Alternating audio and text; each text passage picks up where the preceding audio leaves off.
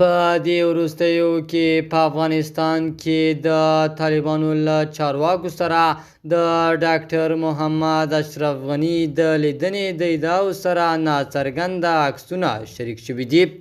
په سلامونو مو ورکلی کوم د AFG نیوز چینل درنو لیدونکو، سلام، ستړي مشئ، وخت مو په خیر. پام راګرځوم د دې ساعت مهم خبر ته، او په سر کې یادونه کوم ملګرو که مو چینل نوي سبسکرایب کړی د مهمو خبرونو لپاره در سره AFG نیوز چینل په درنښت سره سبسکرایب کړئ.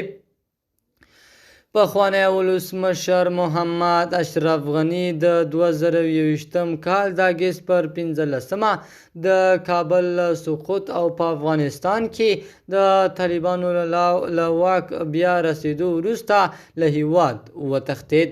په دې وروستیو کې په ټولنیزو رسنیو کې ادعا کېږي چې پخوانی ولسمشر اشرف غني د طالبانو له مشرانو سره کتلي دي. د فیسبوک پوسټ له مخې طالبان په رسمي ډول پخوانی ولسمشر غني ته د نوې دندې بلنه ورکړې، چې له طالب چارواکو سره د اشرف غني د لیدنې ادعاوې جعلي نه دي او شریک شوي عکسونه پخواني هم نه دي.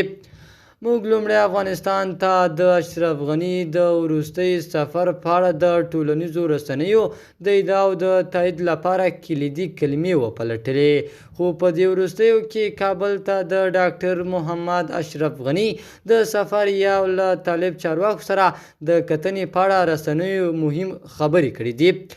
موږ د پخواني ولسمشر اشرف غني د ټولنیزو رسنیو اکاونټونه هم کتلي، خو نوموړي یو پوسټ کړی دی چې ژر تر ژره به افغانستان ته ځم.